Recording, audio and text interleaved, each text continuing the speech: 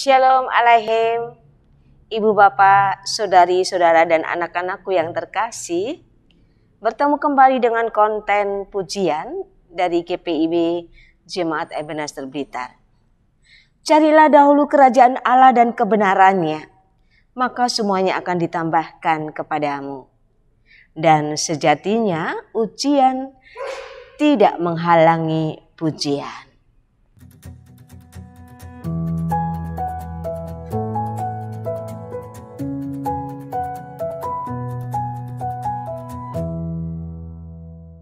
Ibu bapak, saudari-saudara dan anak-anakku yang terkasih, kita akan kembali membaca dan merenungkan firman Tuhan sebagai bentuk pujian kita kepada Allah yang sudah mengaruniakan segala perkara dalam hidup kita sampai dengan saat ini.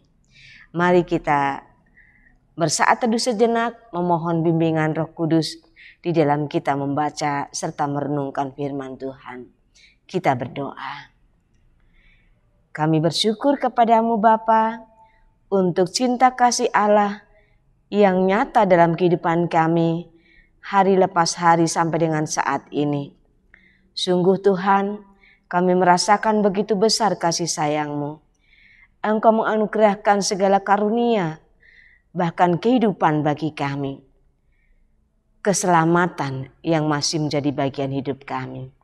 Kini saat ini kami hendak membaca dan merenungkan firman-Mu yang menguatkan iman percaya kami untuk kami menyadari sebagai anak-anak Tuhan yang sudah Engkau selamatkan dan Engkau anugerahkan berbagai macam karunia dalam menjalani hidup ini. Di dalamnya Tuhan, firman-Mu juga adalah karunia yang menumbuh kembangkan iman percaya kami kepada Tuhan. Kami sedia mendengarkan firman-Mu, bersabdalah kepada kami. Di dalam nama Tuhan Yesus, firman yang hidup, kami berdoa. Amin.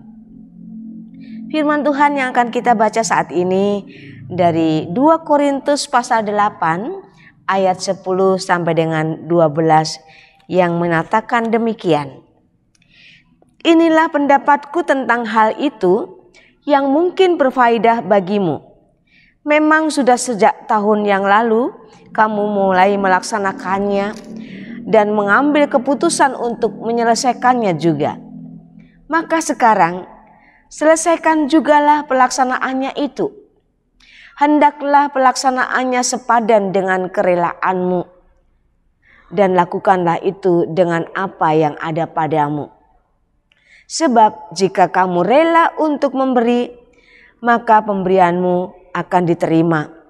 Kalau pemberianmu itu berdasarkan apa yang ada padamu, bukan berdasarkan apa yang tidak ada padamu. Demikian firman Tuhan yang akan kita renungkan bersama.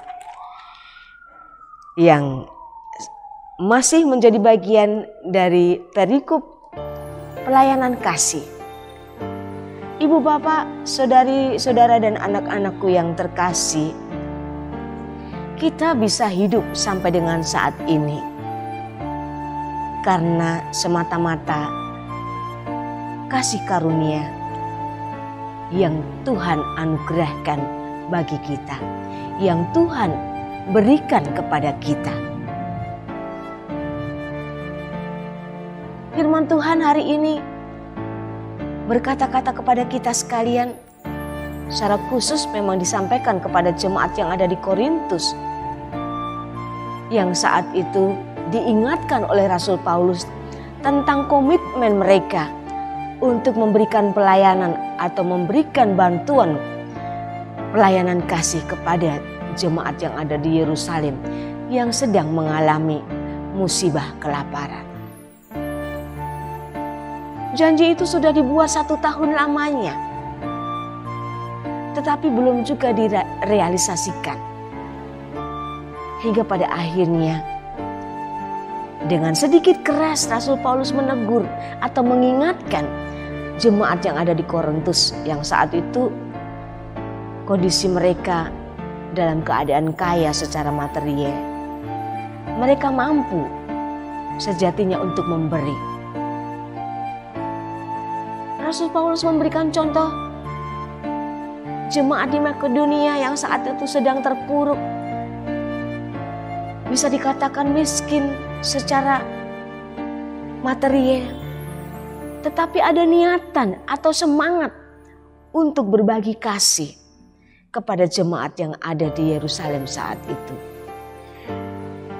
Dan ini diberitahukan kepada jemaat yang ada di Korintus supaya mereka mengingat kembali apa yang dijanjikannya. Diberikan contoh melalui jemaat Makedonia. Memberi yang dilandasi dengan kasih karunia yang dari Allah. Di ayatnya yang pertama dikatakan di pasal 8 ini. Saya akan bacakan bagi kita semua. Saudara-saudara, kami hendak memberitahukan kepada kamu tentang kasih karunia yang dianugerahkan kepada jemaat-jemaat di Makedonia. Selagi dicobai dengan berat dalam berbagai penderitaan, sukacita mereka meluap. Dan meskipun mereka sangat miskin, namun mereka kaya dalam kemurahan. Jadi, landasan memberi itu bukan karena kaya, bukan karena mampu, tetapi karena mereka merasakan kasih karunia yang daripada Allah. Mungkin sempat terlintas dalam benak kita. Atau pernah membayangkan, coba kalau aku kaya ya. Aku akan bantu orang-orang yang ada di gereja saya yang sedang membutuhkan, yang tidak mampu. Atau mungkin mau membantu anak yatim piatu dan mereka yang berkekurangan. Dan lain sebagainya. Memberi, menunggu kalau kita kaya. Mungkin waktu atau kesempatan itu belum tentu menjadi bagian kita. Kalau kita mau memberi, nunggu kalau kita kaya dulu. Karena kadang manusia ketika menjadi kaya, jadi lupa untuk memberi, untuk berbagi dengan sesamanya. Karena ada sifat dasar dari manusia itu kurang. Maaf kata ya, sudah punya sepeda, pengen sepeda motor. Ada sepeda motor, pengen mobil. Sudah punya mobil, pengen pesawat. Pesawat telepon, bukan pesawat terbang maksudnya. Sudah punya pesawat terbang, pengen kereta api. Masih ada banyak keinginan-keinginan yang pada akhirnya kita menjadi lupa untuk memberi. Tetapi ketika kita menyadari bahwa hidup kita ini hanya semata-mata karena kasih anugerah atau kasih karunia dari Allah, maka kita akan memiliki kemurahan hati sehingga tidak sulit untuk berbagi kepada sesama. Memberi adalah berbagi yang dilandasi adanya kasih karunia, seperti yang diteladankan oleh jemaat yang ada di Makedonia. Memberi juga merupakan implementasi dari kasih karunia yang Tuhan sudah anugerahkan bagi kita. Orang yang mampu memberi karena ada kasih karunia Allah yang bekerja dalam diri orang tersebut, maka orang tersebut akan memberikannya dengan rela hati, ikhlas, tanpa paksaan, tanpa embel-embel, tanpa pamrih. Seperti Tuhan menganugerahkan keselamatan kepada kita. Kalau melihat dosa-dosa kita, untuk apa kita ditebus? Untuk apa kita diselamatkan? Itu hanya karena Allah di dalam Kristus Yesus mengasihi kita, sehingga Tuhan menyelamatkan kita, menganugerahkan keselamatan itu bagi kita. Jadi saat ini kita mau belajar memberi dengan dilandasi oleh kasih Allah, oleh kasih karunia yang Tuhan sudah anugerahkan kepada kita. Dan tentu saja pemberian yang dilandasi oleh kasih karunia adalah pemberian yang rela tadi, ikhlas tadi, tanpa pamrih. Dan dilakukan sesuai dengan kemampuan kita. Jangan mengada-ada. Firman Tuhan juga mengatakan, sebab jika kamu rela untuk memberi, maka pemberianmu akan diterima kalau pemberianmu itu berdasarkan apa yang ada padamu, bukan berdasarkan apa yang tidak ada padamu. Apa yang ada pada diri kita, apa yang ada pada kehidupan kita, itulah yang layak kita persembahkan bagi Tuhan lewat sesama kita yang membutuhkan, yang ada di sekitar kita. Saudaraku, ada banyak orang yang sedang menanti uluran tangan kita di masa-masa sulit seperti ini. Pandemi belum pulih seperti sedia kala. Kemiskinan masih ada di mana-mana. Mari ulurkan tangan kita untuk membantu sesama kita. Kalau kita tidak memiliki harta benda untuk dibagikan, paling tidak kepedulian kita, perhatian, kasih sayang kita, itu juga termasuk pemberian. Karena kita pun juga diberi oleh Allah kasihnya itu secara cuma-cuma. Jadi selayaknya lah kita alirkan atau kita lanjutkan kasih yang Tuhan anugerahkan kepada kita bagi sesama yang membutuhkannya. Hari ini bersama-sama dengan Persekutuan Kaum Bapak GPIB, Tuhan menganugerahkan pertambahan usia bagi kaum bapak di GPIB. Secara khusus bagi kaum bapak sebagai imam di tengah keluarga. Mari bimbinglah segenap keluarga untuk dengan sukacita memberi diri dalam melayani Tuhan. Memberi waktu untuk melayani Tuhan lewat seisi keluarga kita. Baik itu perhatian, kasih sayang kepada anak, istri, siapapun juga yang ada di tengah keluarga. Mari kaum bapak menjadi teladan di tengah keluarga.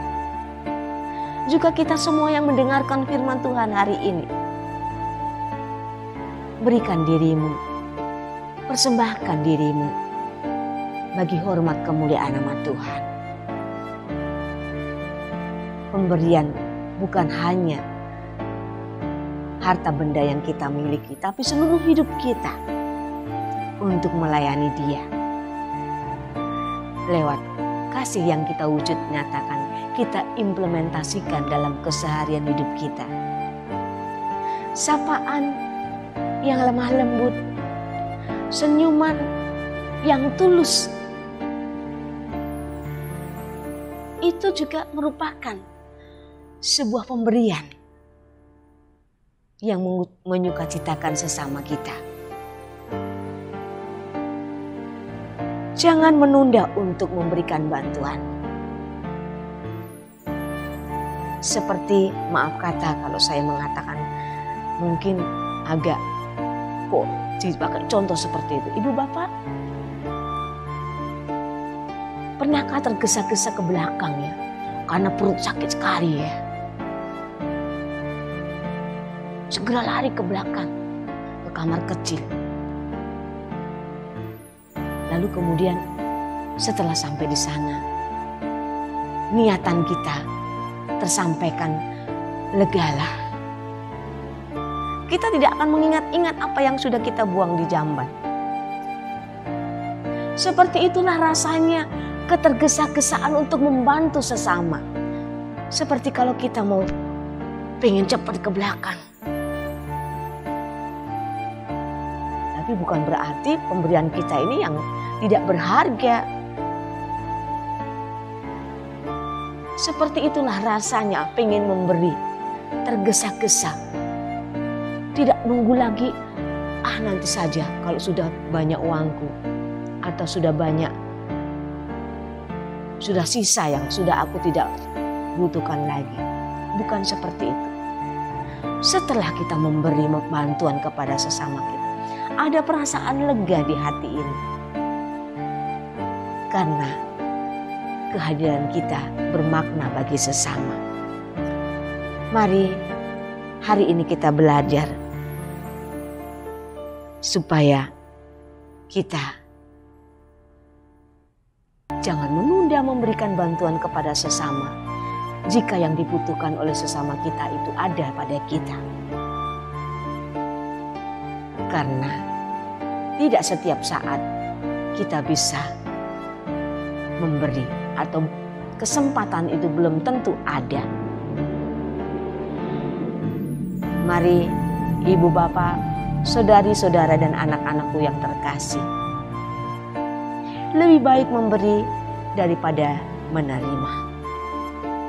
Tuhan Yesus menolong kita dengan segenap komitmen kita untuk memberi diri kita, memberi segala sesuatu yang ada pada kita bagi hormat kemuliaan nama Tuhan lewat sesama yang membutuhkannya.